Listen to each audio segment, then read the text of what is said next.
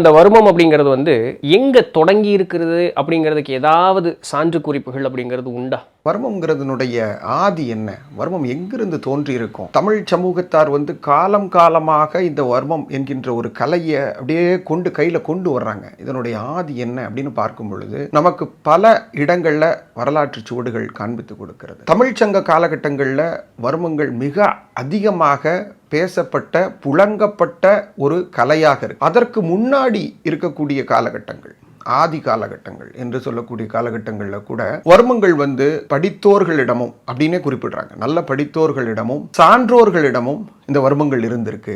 சாமானியங்கிட்ட இருந்ததுங்கிறது ரெண்டாவது விஷயம். படித்தோர்களும் சான்றோர்களும் இந்த வர்மம் என்கின்ற ஒரு கலையை கையில் வச்சிருந்தாங்க அப்படின்னு சொல்றாங்க. இங்கே ஒத்து பார்க்க வேண்டிய காலம் அப்படின்னு பார்க்கும் பொழுது சித்தர் பெருமக்கள் தோன்றிய காலம் முதலே இந்த வர்மம்ங்கிறது இருக்கு.